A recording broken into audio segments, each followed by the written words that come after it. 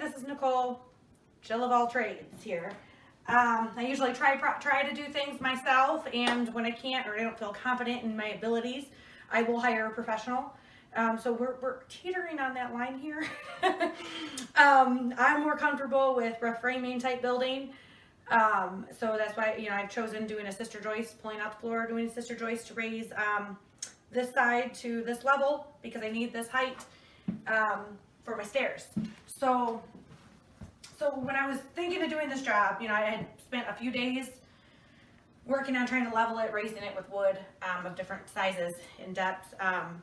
But I ended up going back to just, I'm going to pull it out. I'm going to pull it out. I'm going to do the sister joists. I have found a couple examples of that on YouTube, but I noticed there wasn't much. So I'm going to go through and show you, you know, some of you are probably laughing, thinking, you know, I should have knew better, but I'm a regular homeowner, and mom of 5 kids, you know, busy. We have a little farm, so I'm doing this in between milking goats and dealing with 5 kids. So my husband sure helps a lot, and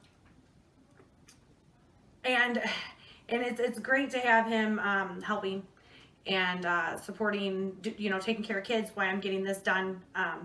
There's nothing worse than trying to work on the floor and you hear screaming kids. So I also want to mention through this, you know, it's quarantine time.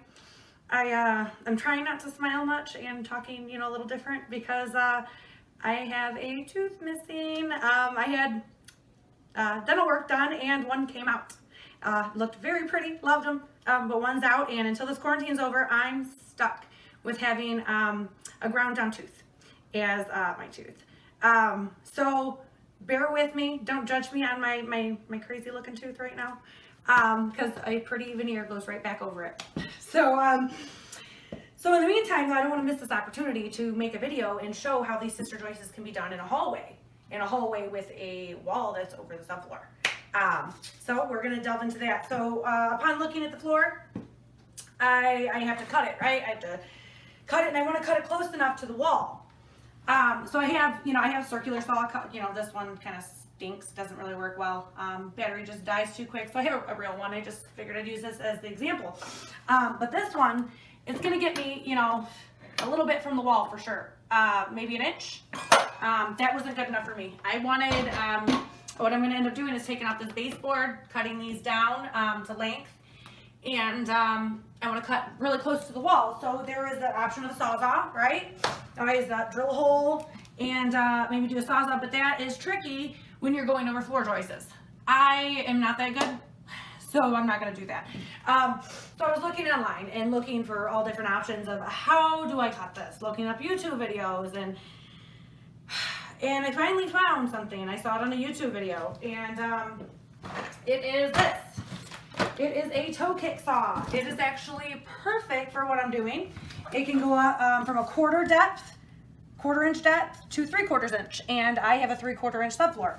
So I'm gonna use this. It gets right up against there. It's called a toe kick saw. So under cabinets, things like that, when you're cutting out the floor, it, you know, kicks under.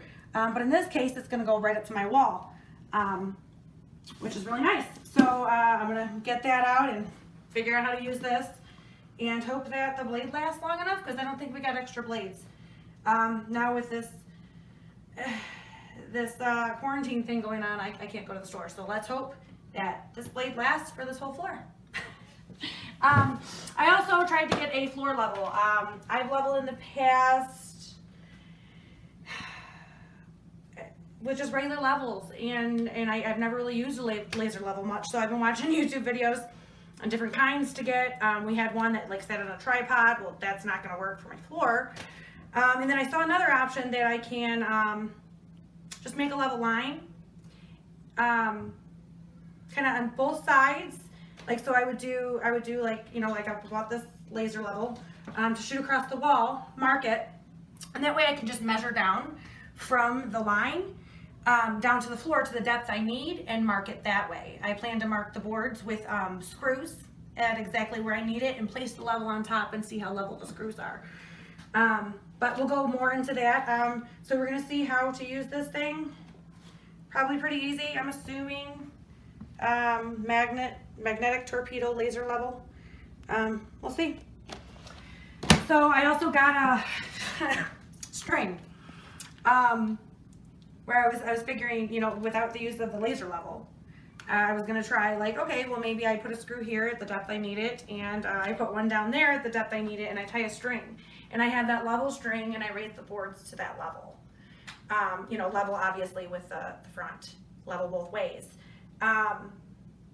So there was that theory of maybe I'll try that still. I don't know. I have the string just in case I want to, or need to, but I'm hoping I don't need to, and I can use the skills I do know. I've had a lot of rough framing background, but that was all new construction. This is different. Existing subfloor. There's been changes over the years, and there's a wall sitting and sagging there. So we'll get to unboxing and get my tools ready.